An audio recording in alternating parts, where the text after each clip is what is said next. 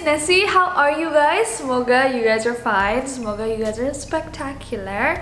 I hope that your life is wonderful. Nggak kayak korban dari topik yang kita bakal bahas hari ini. Oke, first of all, aku mau bilang aja, jadi sebenarnya video ini udah di-shoot kayak full, tapi for some reason file intronya tuh corrupted, jadi kayak rusak gitu filenya, nggak ngerti kenapa. Jadi aku harus reshoot cuman intronya aja, dan nanti kalian bakal balik ke video aslinya. But anyways guys, hari ini kita bakal ngomongin psychopaths. Kalau bahasa Indonesianya psikopat. Walaupun aku mencoba untuk melihat the best in people dan mencoba melihat dunia dari sisi baiknya saja, kita nggak boleh lupa bahwa banyak orang gila dan sakit jiwa di dunia ini. Contohnya psychopaths. Orang tuh biasanya jadi psikopat karena dua alasan. Satu, karena memang mereka itu orang-orang yang menginginkan sesuatu, seperti misalnya uang atau otoritas. Dan yang kedua adalah orang-orang yang memang punya kelainan jiwa. Kalau menurut aku, orang yang punya kelainan jiwa itu yang lebih serem. Karena I would assume orang-orang yang membunuh karena mereka kayak harus buat uang atau buat otoritas atau whatever, mereka tuh masih kayak punya hati gitu loh. Mungkin kalau misalkan kalian kenal mereka, they actually don't wanna do it. Tapi orang-orang yang emang punya kelainan jiwa, psychopaths, mereka nggak punya empati, simpati, rasa belas kasihan buat korban-korbannya. Cause they take pleasure. Mereka senang membunuh. Karena buat mereka, membunuh itu memberikan sesuatu kayak kesenangan dan kepuasan. Go back to the actual footage. Jadi, psikopat beda sama schizophrenia atau psychosis. Kalau misalnya schizophrenia sama psychosis itu penyakitnya kayak mereka nggak sadar apa yang mereka lakukan. Psikopat sendiri punya penyakit yang namanya psikopati. Pengidapnya seringkali cuma dibilang sebagai orang gila atau gangguan mental. Penyakit psikopati ini emang sulit banget buat dideteksi, dan seremnya 1% dari total populasi dunia mempunyai penyakit ini. Jadi kalau kita hitung dari 7 miliar orang, 70 juta orang di dunia mempunyai penyakit psikopati. That is so scary. Jadi di dunia ini lebih banyak psikopat yang berkeliaran dibanding di dalam institusi mental atau penjara. Di akhir video bakal aku jelasin lebih jauh gimana cara melihat kalau misalkan seorang itu psikopat atau enggak. Tapi buat sekarang kita bakal ngeliat psikopat paling terkenal dan paling menyeramkan sepanjang masa. I actually have a list. Yang pertama ada Elizabeth Bathory. Jadi Elizabeth Bathory ini adalah seorang perempuan dari keluarga yang terhormat di Hungaria, dari keluarga terhormat di Hungaria pada tahun 1500-an. Jadi Elizabeth Bathory ini orangnya sadis banget, dan dia suka mutilasi dan menyiksa orang-orang. Korban dari Elizabeth Bathory itu sampai lebih dari 650 perempuan, karena dia percaya bahwa darah seorang perawan akan membuat dia awet muda. Jadi dia bunuh orang, terus darahnya sama dia dibuat mandi. Ada lebih dari 350 orang yang mau bersaksi melawan dia di pengadilan, tapi karena emang keluarganya keluarga yang kaya dan terhormat di Hungary pada saat itu, dia tidak pernah ditangkap. Seumur hidupnya, she lived a free life. Dia menjalani hidupnya dengan bebas. Next ada Edward Theodore Gein. Jadi Edward ini disuspek membunuh Bernice Worden. Jadi kayak suatu hari ada seorang perempuan namanya Bernice Worden yang terbunuh, dan polisi menyangka bahwa pembunuhnya adalah si Edward ini. Ketika digeledah rumahnya, polisi tuh kayak kaget banget karena mereka menemukan badan perempuan digantung terbalik, terus kayak tengahnya tuh kayak digergaji gitu. Ternyata Edward ini punya hobi yang cukup aneh. Jadi dia suka mencuri mayat yang baru saja dikubur, terus sama dia dipotong-potong, dan kulitnya sama tulangnya itu dibuat hal-hal yang cukup aneh kayak baju atau furniture sama dia. Tapi akhirnya si Edward ini nggak dimasukin penjara karena dia divonis gila. Still though, that's like really creepy. At least dia nggak bunuh orang sih. Or did he? Kalau diceritanya sih dia nggak membunuh orang, jadi dia cuma nyuri-nyuri mayat yang kayak baru dikubur aja. That's still weird.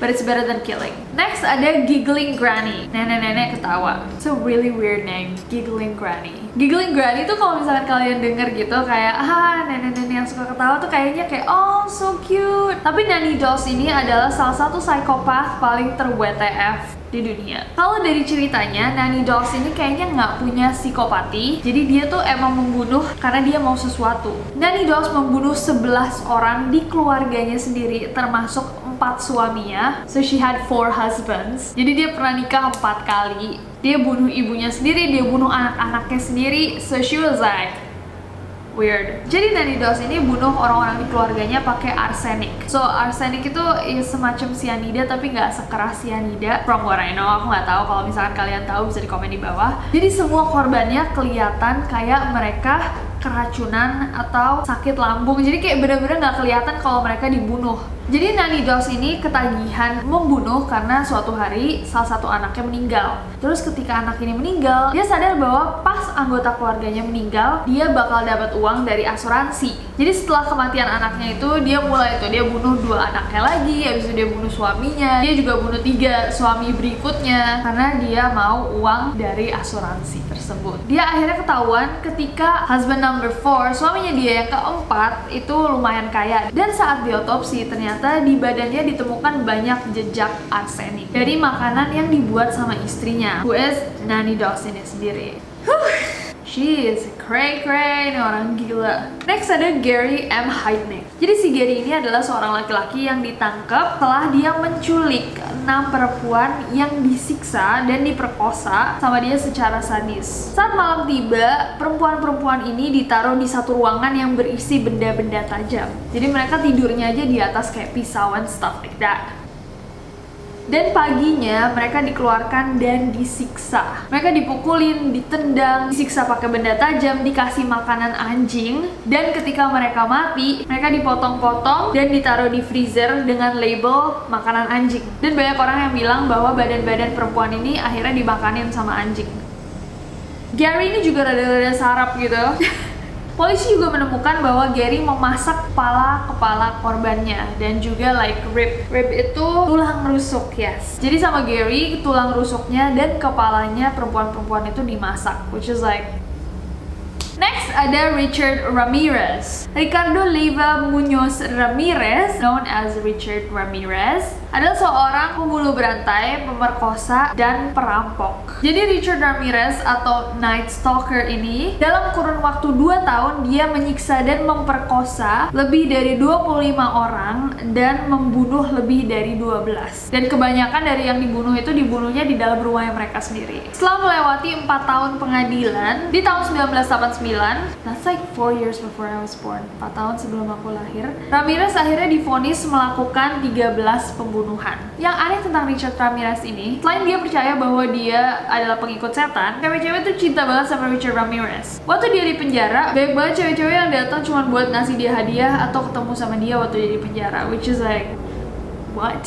Kalau kalian nonton videoku yang terakhir tentang Elisa Lam, jadi Richard Ramirez ini yang dulu tinggal di Cecil Hotel, dan orang-orang percaya bahwa dia adalah hantu yang meneror Elisa Lam sampai dia mati. But who knows? Karena Richard Ramirez meninggal pada tahun 2013, umur 53 tahun, kasihan juga deh. Next ada Albert Fish, aka Greyman, aka Werewolf of Wisteria, aka The Brooklyn Vampire, aka The Moon Maniac, and aka The Boogeyman, adalah seorang pemerkosa anak kecil dan kanibal. Jadi setelah 20 tahun Albert Fish nyulik-nyulikin anak cowok, dia memulai pembunuhan berantainya. Oke, jadi Albert Fish ini adalah seorang sadomasochist. Jadi sadomasochist adalah orang-orang yang suka melakukan hal-hal sadis untuk kepuasan seksualnya. Jadi Albert Fish ini suka menculik anak cowok sama dia terus disiksa sambil dia kayak enjoying it sexually. Dia dulu suka sombong bahwa dia mempunyai anak di semua bagian Amerika. Dan sekali dia pernah bilang bahwa korbannya sudah melebihi 100 orang. Jadi Albert Fish ini pilih orang-orang yang mempunyai keterbelakangan mental atau orang Afrika Amerika, jadi orang Amerika yang dari Afrika, sebagai korbannya. Karena dia bilang bahwa orang-orang ini nggak bakal dikangenin. He is so mean, orang ini jahat banget. Albert Fish juga membuat banyak alat penyiksa yang dia namakan instruments from hell, alat-alat dari neraka. Alat-alat inilah yang dia pakai untuk menyiksa dan memutilasi anak-anak itu. I hope that he rots in hell. Semoga dia busuk di neraka. Next, Earl Nelson, the Gorilla Killer. List psikopat paling ternama di dunia nggak akan lengkap tanpa Earl Nelson. Jadi The Gorilla Killer ini mulai gila ketika dia ditabrak mobil pas dia umur 10 tahun.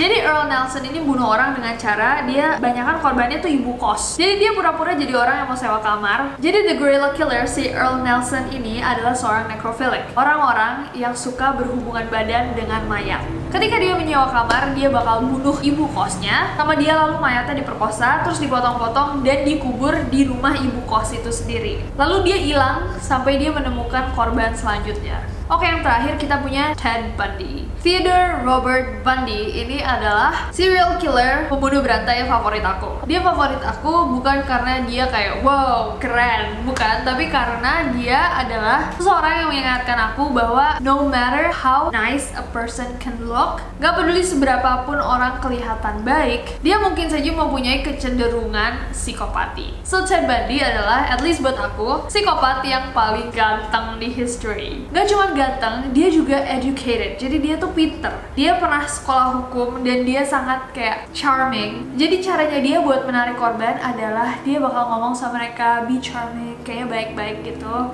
minta dibantuin. Dia kadang-kadang suka pura-pura pakai kas gitu, kelihatannya kayak dia tangannya patah. Abis itu dia minta bawain bukunya ke mobil. Setelah cewek-cewek yang kayak, oh my god, ini orang ganteng banget, minta gue bantuin bawa buku, of course mereka bawain buku dia ke mobil, langsung palanya dipukul pakai hammer, das, terus dibawa sama dia ke tempat asing. Ted Bundy juga seorang necrophilic yang suka berhubungan sama mayat, dan dia menyimpan mayat-mayat dari beberapa korbannya sampai mayat itu busuk.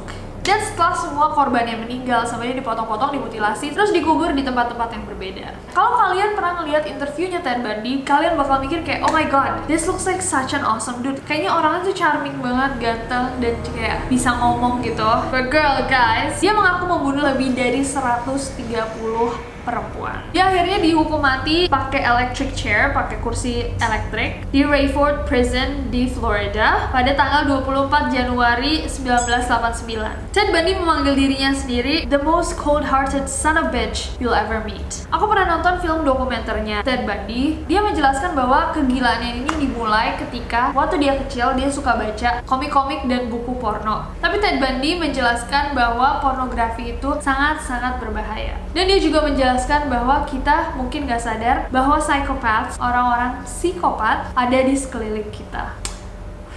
So sebelum kita sudahi video ini, ada beberapa tanda yang kalian bisa pakai buat membedakan seorang psikopat. Yang pertama adalah, dikutip dari tracksonsky.com, seorang psikopat biasanya pintar menyanjung. Jadi mereka pintar buat kalian merasa spesial. Kedua, mirroring. Bukan kayak ngaca, tapi ini adalah kecenderungan dimana dia akan membuat kalian merasa kayak dia adalah soulmate kalian. Karena dia akan suka apa yang kalian suka. Jadi dia seperti kaca. Apa yang kalian suka, dia bakal setuju. Apa yang kalian gak suka, dia juga bakal gak suka. 3, selalu minta perhatian dan dikasihani. I guess that's like clear. Nomor 4 adalah sering berbicara tanpa berpikir dan membuat kamu jealous. Jadi contohnya kayak, kemarin aku ngeliat cowok ganteng banget loh. Kedua kayak, mantan aku kok sekarang jadi ganteng. Kayak membuat kamu merasa jealous. Abis itu setelah kamu marah, mereka kayak, just kidding.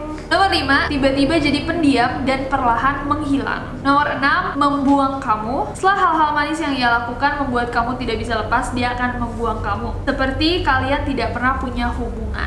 Dan yang terakhir, terus mengganggu. Walaupun dia sudah meninggalkanmu, belum berarti dia benar-benar hilang. Jadi dia nggak benar-benar hilang. Dan ketika dia udah tahu kalau kamu udah move on, dia bakal balik lagi dan kayak, hey, what up? Dia ganggu lagi. So anyways guys, I wanna know what you guys think. Aku mau tahu menurut kalian gimana. Apakah kalian mempunyai kecenderungan psikopati? Apakah pendapat kalian tentang psikopat-psikopat yang tadi aku jelasin? Atau apakah kalian pernah denger bahkan psikopat yang lebih serem lagi? Especially di sini di Indonesia. Kalau misalkan kalian pernah denger, bisa diceritain di bawah. Siapa psikopat yang membuat kalian bener-bener kayak, wow, gue gak percaya sama dunia lagi? Bisa semua di komen di bawah, karena I would love to know. Aku mau tahu apa pendapat kalian. Moral hari ini adalah jangan percaya orang yang kalian gak kenal. Yang kalian kenal aja jangan mudah percaya, apalagi yang gak kenal. So always be careful. Jangan gampang beli kata-kata orang. But other than that guys, I hope that you guys enjoyed this video. Kalau misalkan kalian suka video ini, jangan lupa klik like-nya. Follow aku di Instagram dan Twitter, gampang banget, nama aku aja. Oh ya guys, aku butuh bantuan kalian. Kalau kalian gak keberatan,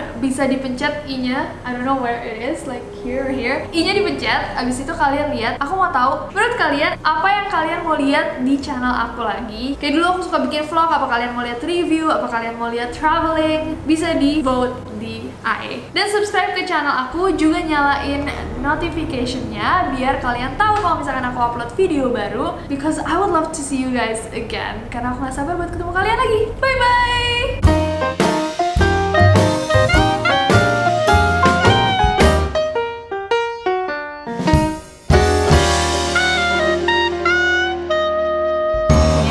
Anak kecilnya dia ini, anaknya dia. Apaan sih, Bu? Ngomong apa? Richard Ramirez, my friend. Hah, gue tabrak juga. Jadi the girl.